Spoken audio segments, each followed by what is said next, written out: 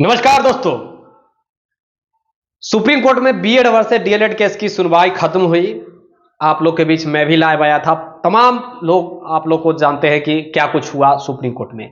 BEd वालों को बाहर कर दिया गया 1 to 5 शिक्षक बहाली। मैं बात कर रहा हूं प्रारंभिक की शिक्षक बहाली को लेकर। राजस्थान हाई कोर्ट बोली थी कि बीएड वाले योग्य नहीं होंगे 1 to 5 में, जिसको लेकर बीएड वाले चले गए सुप्रीम कोर्ट केस लड़ने के लिए। सुप्रीम कोर्ट ने जजमेंट दिया कि बीएड योग्य नहीं है 1 to 5 में, केवल डीएलएड वाले योग्य होंगे, केवल डीएलएड वाले ही 1 to 5 में, यानी कि लेवल 3 के जो शिक्षक बनेंगे केवल डीएलएड वाले बनेंगे। ऐसा जो भी अभी तक हुआ वो देखिए ये सब कुछ बिहार में भी यही सिचुएशन देखने को मिल रही है। भैया राजस्थान मत बोलिए ना। बहुत लोग कह रहे हैं कि सर राजस्थान में ना ये सब कुछ हुआ है, बिहार में कुछ हो रहा है, इससे बिहार में कुछ नहीं होगा, बिहार में कुछ नहीं इससे होगा। एक चीज आप सुनिए, अभी एसटीटी जब एग्जाम अभी लेने को सिचुएशन आई है बीपीएससी टीआरई का, तब स्टेट का नोटिफिकेशन आया है कि योग्य स्टूडेंट ही नहीं है उच्च माध्यमिक में, इसीलिए हम ये नोटिफिकेशन लेकर आए हैं। यानी कि 57,000 जो उच्च माध्यमिक में रिक्तियां आई, उसमें 40,000 आवेदन किया। तो गवर्नमेंट को अब नजर आ रही है कि हमारे बिहार में योग्य स्टूडेंट ही नहीं है, यानी कि योग्य जो पात्रता परीक्षा जो है वो पास ही नहीं किए हुए हैं। तो यार 3 साल से जो 2019 से जो 7वां चरण की मांग हो रहा था, उस वक्त ये गांजा फूक के सोए हुए थे, जो अब जाकर कह रहे हैं कि हम स्टेट का एग्जाम लेंगे। पहली बात। दूसरी बात, क्या वो गांजा फूक कर सोए हुए थे जो 2019 से लेकर 2023 तक जो बहालियां, यानी 22 तक जो बहालियां करवाए, छठा चरण की जो बहालियां करवाए, उसमें भी 3-4 बार स्टे पे स्टे लगवाए, आगे चल के 22 में बहाली करवाए, 23 में जो भी है 7वीं चरण के नोटिफिकेशन लेकर आए, उसमें भी निर्धारित नहीं किए हैं भैया कि सिलेबस क्या है। देखिए सच्चाई बात यही है, बुरा मानिए या अच्छा मानिए भैया आप लोग, सच्चाई बात यही है कि अभी तक बीपीएससी टीआरई का सही प्रकार से जो है सिलेबस निर्धारित नहीं किया। फिर भी लोगों ने एक्सेप्ट किया, तमाम युवाओं ने एक्सेप्ट किया कि चलिए हम कोई बात नहीं, हम जैसे भी आप एग्जाम लीजिएगा, हम एग्जाम देंगे, तैयारी कर कर ही सही, लेकिन हम एग्जाम देकर क्वालिफाइड करेंगे और शिक्षक बनेंगे। तैयार थे, चलिए भैया हम किसी भी बहाना से आप हमको पास करा दीजिए, हम शिक्षक बन जाएंगे। ऐसा ये सही बात था कि सारे लोग बिजी हो गए थे, पढ़ाई कर रहे थे। ई एडमिट कार्ड जारी कर दिया गया, डिस्ट्रिक्ट जारी कर दिया गया कि यहाँ पे आपके एग्जाम पढ़ रहा है तो फलाना जगह आपकी एग्जाम पर है। मतलब तमाम प्रकार की सारे लोग को अलॉटमेंट कर दिया गया था। जिला, किस जिला में आपकी एग्जाम पर हुई है। सुप्रीम कोर्ट का जजमेंट आता है कि नहीं, आप एग्जाम नहीं दे सकते क्योंकि आप बीएड है। क्या यह बिहार में प्रभाव पड़ेगा? तो देखिए ये तो श्योर है कि बहाली तो होंगी, लेकिन एग्जाम अभी नहीं होने जा रहा है, मुझे जहां तक लग रहा है। भैया अपना अपना प्रतिक्रिया बताइएगा। मैं अगर बोलना स्टार्ट करूं तो आप लोग कहेंगे कि भाई साहब आप ये कैसे बोल रहे हैं, आपको ये बात कौन बोला। अपना भी दिमाग लगाइए भैया, किस प्रकार बेवकूफ बनाया जा रहा है। 8 लाख लोग आवेदन किया, 8 लाख लोग आवेदन किया है। 700 रुपए 800 रुपए से आप जोड़ लीजिए, 88-64 कितना 100 करोड़ रुपया लोग यहाँ पे आवेदन करने में अपना पैसा निछावर कर दिया। अब तब जाकर कहा जा रहा है कि अब बीएड वाले नहीं आवेदन करेंगे। जितने भी प्रारंभिक में बहालियां बहाली में बोल रहा हूं आवेदन हुआ है, उसमें से मैं गारंटी के साथ बोल रहा हूं कि 70% केवल बीएड वाले ही है। 70% केवल बीएड वाले ही होंगे, डीएलएड वाले बहुत कम होंगे। और उन बीएड वालों को कहा जा रहा है कि भैया अब आप योग्य नहीं है। वाह वाह वाह वाह। यानी कि आवेदन करवाने के बाद कहा जा रहा है कि आप योग्य नहीं है, चाहे सुप्रीम कोर्ट की द्वारा ही क्यों नहीं, लेकिन सुप्रीम कोर्ट ही तो कह रही है ना कि भैया ये आप योग्य नहीं। ये केस आज की नहीं है, ये जो केस की जो सुनवाई अभी जजमेंट आई है, ये केस आज की नहीं है, ये केस काफी पुराना है। अब कहा जा रहा है कि ठीक है आपका एग्जाम होने वाला, इससे हम 1 हफ्ता पहले कह रहे हैं कि आप योग्य नहीं है। यानी कि बात वही हो गई कि आपको हम कहेंगे कि खाना बनाइए भैया, और दोनों जने मिलकर खाएंगे, दोनों भाई बहन जो भी है, दोनों दोस्त मिलकर खाएंगे। और जैसे ही खाना खाने का समय आता है, आपको हम एक जजमेंट सुनाते हैं। उस जजमेंट में कहा जाता है कि भैया आप जो यहाँ पे हैं, आप योग्य ही नहीं है खाना खाने के लिए। आप अगर खाइएगा तो आपका पेट खराब हो जाएगा और आपको डॉक्टर का जाना पड़ेगा, मेडिसिन लेना पड़ेगा, तमाम प्रकार के जो भी है लेना पड़ेगा। यही हो रहा है बहाली में। देखिए ये एग्जाम तो अभी नहीं होने जा रहा है, ये श्योर रहिए आप। अब आप लोग का एक प्रश्न है कि क्या सर एग्जाम होगी? अभी नहीं होने जा रहा है। अब देखिए ना भैया कैसे हो जाएगा। सुप्रीम कोर्ट जजमेंट दिया है। कुछ लोग कहेंगे कि क्या सुप्रीम कोर्ट को इग्नोर करके बिहार सरकार एग्जाम ले सकती है? तो भैया सुप्रीम कोर्ट को इग्नोर करके बिहार सरकार एग्जाम ले सकती है? बिहार में ऐसे ऐसे लोखंडी लड़के लोग हैं जो हाई कोर्ट में जाकर दरवाजा खटखटा देगा तुरंत कि भैया सुप्रीम कोर्ट की बातों को अवहेलना कर रहा है जो बिहार सरकार।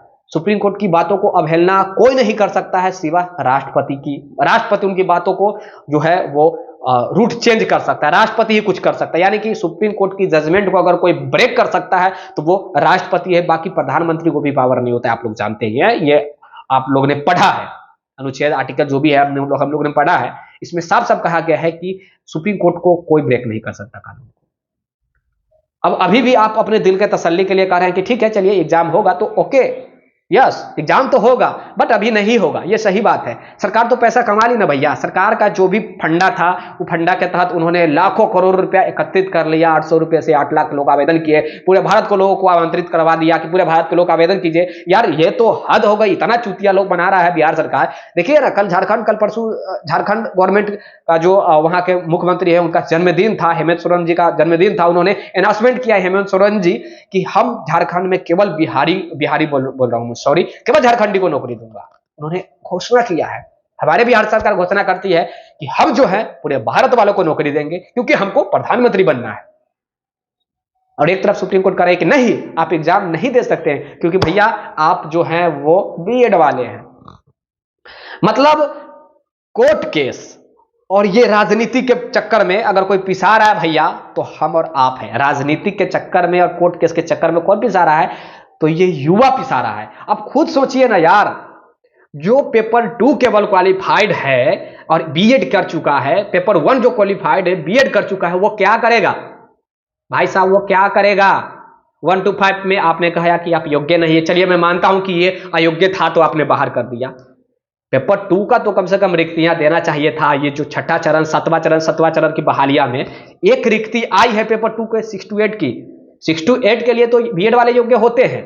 अब 6 to 8 के लिए योग्य होते हैं तो भैया उसमें रिक्ति कहां है? रिक्ति भी तो देना चाहिए ताकि उधर से अगर उधर से उनको लात मार के निकाला जाता है कि आप उधर से हट जाइए तो कम से कम वो छठा चरण में बोल रहा हूं 6 to 8 में चले जाए। अब वो कहां जाएगा भाई? अब वो कहां जाएगा? ये है सोचने वाली बात। लेकिन नहीं, आप लोग क्या करेंगे? डीएलएड वाले कहेंगे वाह वाह वाह वाह गुड न्यूज, मेरे लिए गुड न्यूज है। तो डीएलएड वाले बीएड वाले भैया कहेंगे कि मेरे लिए बैड न्यूज है। लेकिन यार बैड न्यूज गुड न्यूज किसी का कुछ नहीं होता है, ये करवाया जाता है। पिछले दिनों हाई कोर्ट में जो सुनवाई हुआ, आपको मालूम है कि किस प्रकार सुनवाई हुआ था? 11 केस की सुनवाई आधा घंटा में हो गया, सारे केस को मर्ज कर दिया गया। एक बार कहा गया डिसीजन की 22 तारीख को सुनवाई होगी। ये होता है सुनवाई। मैं ये किसी के ऊपर ब्लेम नहीं लगा रहा हूं कि वो करवाया होगा, लेकिन जो चाह, देखिए इंसान की फितरत क्या है मालूम है? जो आप माइंड में बिठा लेंगे कि हमको ये करना है, ये होना चाहिए, ये होना चाहिए, ये होना चाहिए, ये होना चाहिए, वो हो जाएगा। हमारी बिहार सरकार भी यही चाहती है, आवेदन होना चाहिए पूरे भारत के लोगों को ताकि अच्छा पैसा आ सके। उन्होंने आवेदन करवाया पूरे भारत के लोगों से ताकि अच्छा पैसा आ गया। अब उन्होंने सोचा कि भैया अब ये एग्जाम लेने के क्या मतलब है? एडमिट कार्ड जारी कर दे रहे हैं, आज न कल एग्जाम होगा। आज से 10-15 साल बाद भी एग्जाम होगा तो क्या दिक्कत है? इस पे 4-5 हम इलेक्शन भी खेल लेंगे, 4-5 बार मुख्यमंत्री और बन जाएंगे, क्या दिक्कत है? मोटा मोटी इलेक्शन है, नोटिफिकेशन आई है, मोटा मोटी बहाली होंगी, तो हो सकता है कि आज से 10 साल बाद हो, तब तक हम 3-4 वो इलेक्शन भी तो जीत जाएंगे। तो 10 साल बाद वो लेने के फिराक में हो सकता है। ये है सच्चाई हमारे बिहार की। मैं ये सिर्फ ब्लेम किसी के ऊपर नहीं लगा रहा हूं, ब्लेम नहीं लगा रहा हूं भैया, सॉरी, किसी के ऊपर नहीं लगा रहा हूं। और बीएड वालों को भी नहीं कर रहा हूं कि आप मतलब टेंशन में मर जाइए, नहीं भाई। बिहार सरकार बहाली ही नहीं करना चाह रही थी। आपको क्या लग रहा है कि ये बहाली होने जा रही थी? मैं आज से नहीं, ये शुरू से ही बोलते आया हूं कि बहाली देखिएगा समय से नहीं होगा। आप कितनों छटपटा लीजिए, सरकार कितनों छटपटा ले कि हम बहाली करेंगे, बहाली करेंगे। आपके नज़र में हम बोलने को कुछ और है, और होता है ना हाथी के हाथ दिखनाने के कुछ और, खाने के कुछ और होता है। हम आपके नज़र में मीठी मीठी बात करें, आपके पक्ष में बात करें और आपके विरोध में ही काम करें, तो क्या इसे कहा जाता है सपोर्ट करना? इसे कहा जाता है सपोर्ट करना? नहीं यार। आपके हम मीठे मीठे आपके सामने बात कर ले, आपके विपक्ष में काम करें, तो ये सपोर्टर नहीं हुआ यार। ये तो हो गया कि आपको बर्बादी का रास्ता खोजने वाला इंसान हो गया, आपको बर्बाद करने वाला इंसान हो गया। वही बिहार सरकार भैया युवाओं को बर्बाद कर रही है और कुछ नहीं कर रही। और आप देख लीजिएगा, ये एग्जाम अभी नहीं होगा तो नहीं होगा। सिटी जारी कर दिया गया है, डिस्ट्रिक्ट जारी कर दिया गया, इसका क्या मतलब है? नहीं होगा। आप लिख कर रख लीजिए। मैं हूं विक्की गोयल, आप देख रहे थे द टाइम्स ऑफ भारत। जो भी सही जानकारी आएगी मैं जानकारी देने का प्रयास करूंगा। फिलहाल मैं बीपीएससी के यहाँ जा रहा हूं मिलने के लिए आयोग में, क्या कुछ होगा नहीं होगा उसके लेकर जानकारी लेने के लिए। तब तक के लिए जय हिंद, जय Bharat, have a nice day, take care, bye bye. Like कर देना, शेयर कर देना भैया, और सब्सक्राइब करके जुड़ जाइएगा अवश्य भविष्य में सही जानकारी पाने के लिए। धन्यवाद, टेक केयर, बाय बाय, जय हिंद।